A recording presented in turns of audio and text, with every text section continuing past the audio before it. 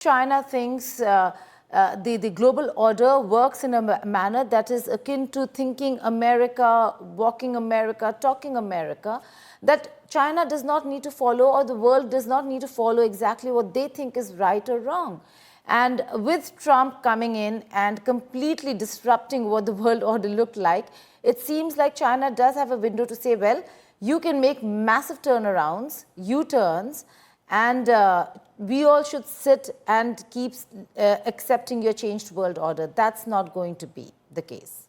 It is true. It is true to a certain extent. But at the same time, we cannot be naive, because what the Chinese Communist Party is pushing is slightly different from, however much we dislike the disruptive behavior of lots of the new policies coming out of the White House. And what China has in plan is slightly different from the rule of law plan that people are actually used to in the current world order. Right, Howard, how do you read and what do you make of the position that Trump administration has taken when it comes to Chinese students, Chinese working over there, so on and so forth, if I may just ask? The official excuse is they're worried about spying and, things of that nature. But deep down, I guess I have my personal suspicions over the years watching the space. First of all, of course, lots of innocent Chinese students are caught in this. So that's something I have to say. Not everybody is from the Communist Party's hierarchy and, is got spying tasks. But at the same time, I do have this suspicion, because lots of students going to the high end of the U.S. universities are from of certain backgrounds, because in China, the rich families are almost exclusively of the cadres of the state, and the state are run by the Communist Party. So in a way, and this could be some type of messaging.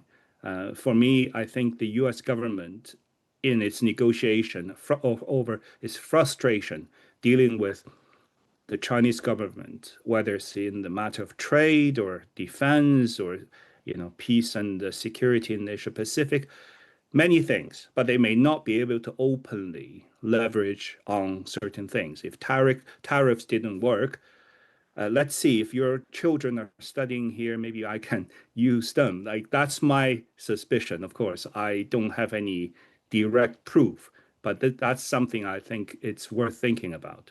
Right. My final question to you, back to IOMed.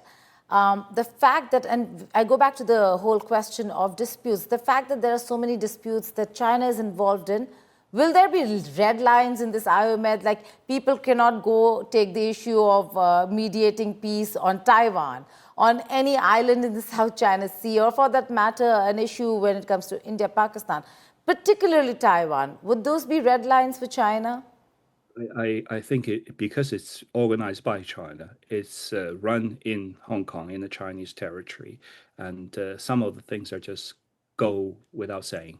And how many times, even in the United Nations, when there's a vote sponsored by China and France, and they would never touch on these things. So, it would be a surprise if they actually allow one of those challenges to go into that mediation. But or even Hong Kong, the question of Hong Kong, because it's not 2047 yet.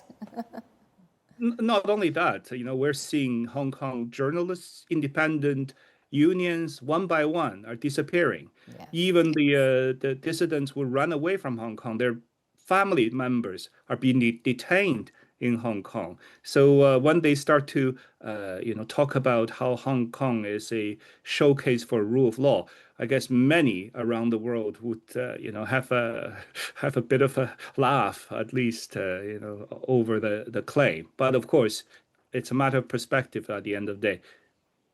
Howard Zhang, thank you so much for joining us here on India Today Global. Thank you.